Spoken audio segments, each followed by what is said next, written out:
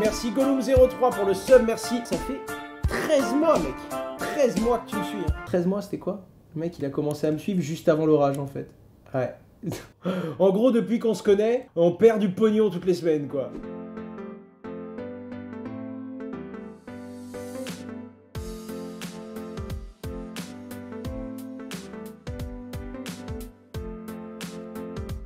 Déjà, alors, la queue du chat, elle remarche. Elle est en train de reboot petit à petit comme ma caméra. Pour l'instant, elle est encore un peu comme ça. Mais petit à petit, chaque jour, tranquille, on doit lui mettre de la bétadine, s'il vous plaît. Vous me voyez, moi, choper le chat dans l'open space pour lui mettre de la bétadine? C'est ça, ma vie. J'avais signé pour ça au début. Et puis, c'est pareil, hein. T'as beau être dans une boîte où il y a 100 bonhommes. Au début, tout le monde le veut. Et ensuite, quand il faut changer la litière, t'es tout seul, d'accord? C'est drôle parce que ça me rappelle ma mère quand j'étais petit et qu'on voulait des animaux de compagnie. On entendait cette phrase. Oui, mais alors, quand on aura le chat à la maison, vous vous en occupez. Ah, mon frère et moi, on était chaud. Penses-tu 2 semaines après, c'est ma mère qui se le coltinait. Ça, c'est comme quand tu pars en balade et tu dis, moi, je veux un vélo. Non, Owen, à la fin, t'en voudras plus et je vais le porter. Eh ben, au bout de 2 km, ça ratait pas. Mon père, il avait le vélo sur les épaules et puis moi, on marchait, hein. C'est la vie. La vie fonctionne comme ça. Tu le sais, tu l'as fait à tes parents et tes enfants te le feront. C'est comme ça. Le jour où je porterai le vélo de mon fils, je me dirais, putain, je l'ai mérité quand même. Mes parents le faisaient. Globalement, j'ai déjà commencé à recevoir des MP sur tous les réseaux. Oui, est-ce que tu penses que ça y est, le bull run est reparti?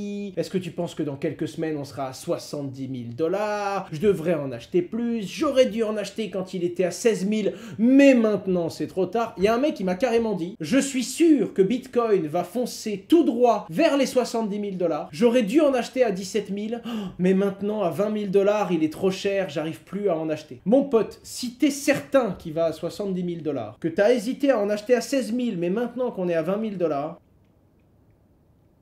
tu devrais en prendre quand même. Ok? Bon, la réalité, c'est qu'on n'est pas du tout certain que ça aille à 20 000 $, et honnêtement, si dans quelques semaines ou dans quelques mois, ça se pète la gueule et ça redescend à 16 000 $, voire même en dessous, je ne serais pas surpris. Mais c'est une bonne nouvelle pour 3 choses. Premièrement, ça donne un petit peu de liquidité à certaines personnes qui se sont positionnées, et ça donne un petit peu de courage à quelques personnes qui ont racheté à chaque fois que ça baisse encore, et qui commençaient à en avoir marre de se faire déchirer. En attendant, bah tu sais très bien que si tu ne revends pas maintenant, ça peut descendre encore et tu peux perdre encore. Ça fait partie du jeu. Quoi qu'il arrive, ça donne un petit peu de liquidité, c'est plutôt intéressant et ça redonne également de l'intérêt. Métriques YouTube, nouveaux abonnements, intérêt sur tes différents contenus où que tu postes, tutoriels pour les équipes techniques, médias, nouveaux entrants qui s'interrogent et qui s'intéressent à cet écosystème. Un regain d'intérêt global qui vient renforcer et qui vient donner un petit peu de baume au cœur dans une descente très très longue qui est celle du bear market. Je vous rappelle les amis, qu'on est sur la pente descendante depuis le mois de novembre 2021. Wouh! J'en ai fait des descentes en luge, mais généralement elles sont plus courtes. Là, globalement, c'est pas la joie depuis un petit moment, et même si ça ne... pas vraiment de quoi être heureux, hein, on va être franc. C'est toujours ça, et c'est plutôt encourageant pour la suite. Quoi qu'il en soit, il faut également comprendre que la troisième partie qui profite à ça, ce sont les entreprises. Quand tu as une entreprise, tu as des dépenses récurrentes, des entrées, quand il y a du volume, il y a des gens qui vont trader, quelle que soit la plateforme centralisée, elle génère des commissions, elle génère des fees, elle peut embaucher les gens et globalement ça permet de maintenir certains emplois et ça permet de maintenir la position que tu as, même si ce n'est pas le cas de toutes les sociétés. Licenciement,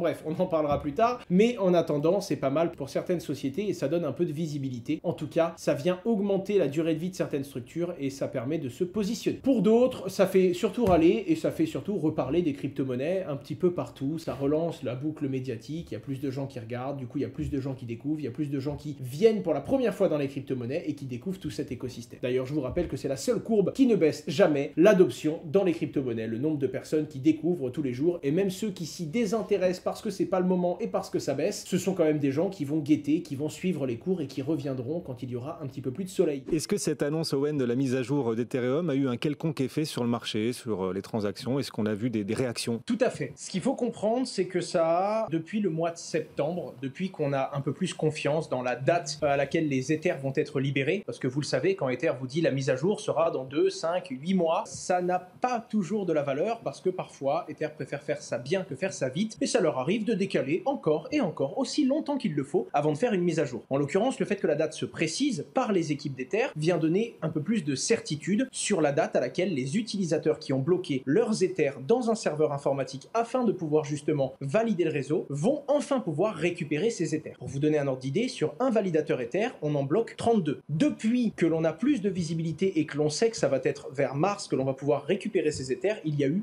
17% de nouveaux nœuds qui ont été créés et donc de nouveaux Ethers qui ont été bloqués sur le réseau. L'un des plus gros validateurs, donc l'une des entreprises qui a participé à la conception d'un maximum de nœuds, s'appelle Lido et a aujourd'hui 4,56 millions d'Ethers bloqués. Ce qu'il faut comprendre, c'est que dès qu'on utilise Lido pour créer son nœud, Lido va nous prendre naturellement les 32 Ethers qui vont être bloqués dans le réseau et va nous donner 32 ST Ethers. Une monnaie qui a, entre guillemets, une équivalence, un ST Ether égale un Ether bloqué. Eh bien, naturellement, l'ST Ether et le prix de l'Ether sont censés être proches de la parité, mais avec un prix qui varie, parce qu'un ST Ether est un Ether qui est bloqué et qui n'a donc pas tout à fait la même valeur. Cet écart avait grossi, était monté à un moment jusqu'à plus de 8%. Aujourd'hui, cet écart a été drastiquement réduit parce que l'on sait que très bientôt, on pourra rééchanger un ST Ether en un Ether, et naturellement, ça rapporte beaucoup plus de fiabilité sur ce marché, et beaucoup d'attentes sont dans les mois qui vont venir. Est-ce que quand les utilisateurs vont pouvoir retirer, les gens vont maintenir leur position? Est-ce qu'il va y avoir une grosse vague vendeuse, ou au contraire, cette mise à jour et ce succès technique serait encore une fois un moyen d'apporter de la crédibilité sur le jeton Ether et donc valoriser encore plus cette supply? Salut Achor, je me demandais que se passerait-il demain si euro et USD ne valaient plus rien? Bon, les crypto-monnaies auraient sûrement pas mal de valeur parce que les gens auraient sauté dessus et elles sont adossées à plein de paires, mais je dois t'avouer que tu regardes au Venezuela ce qui s'est passé avec la déflation de la monnaie, regarde ce qui s'est passé dans tous les pays où il y a eu une très grosse déflation, tu vas avoir une petite idée, c'est la merde. Regarde ce qui se passe à Beyrouth aujourd'hui, tu as deux cours de la monnaie, tu as le cours officiel proposé par le gouvernement et tu as le cours auquel les gens sont payés en local qui est pas le même cours, enfin c'est un truc de fou. Personnellement, j'ai entendu Beyrouth.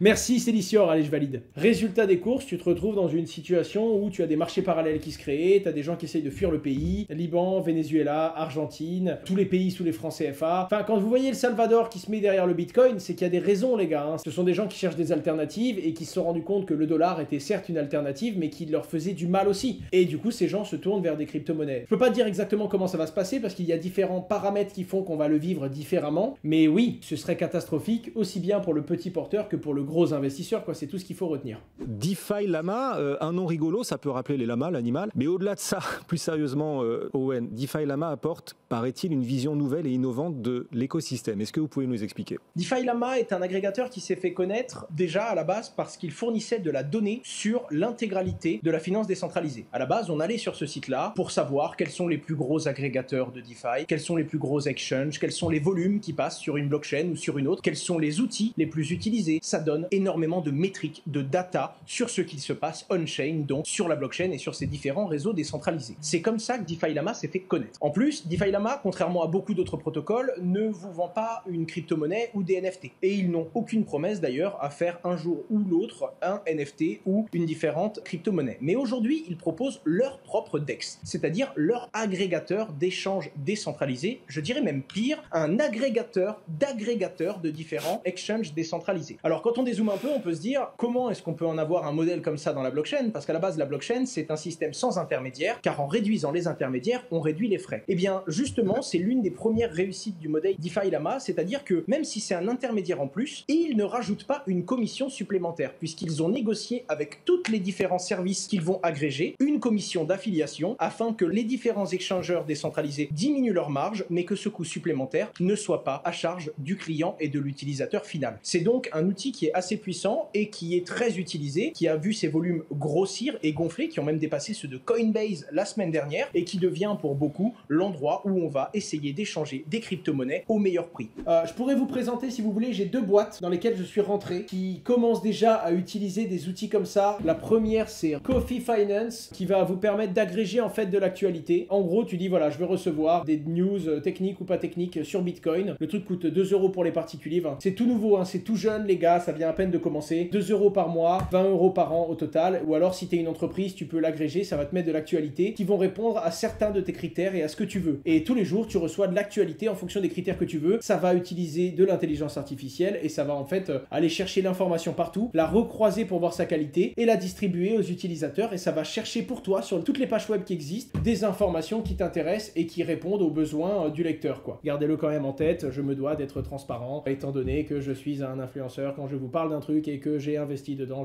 Ceci n'est pas un conseil en investissement. Tout ce que vous pourrez faire n'est pas de ma responsabilité et je le dirai au tribunal si vous m'attaquez en justice. Je voulais vous remercier pour le temps que vous m'accordez, hein, c'est ce qui valorise mon travail. Merci beaucoup, c'est un plaisir. On se retrouve ici dès la semaine prochaine. C'était Asher, merci à tous et je vous dis à la semaine prochaine. Au revoir. Qu'est-ce qu'il fait? Wow, comment tu t'es mis debout? Attends, wow, c'est incroyable. T'as eu peur ou quoi? Reste calme.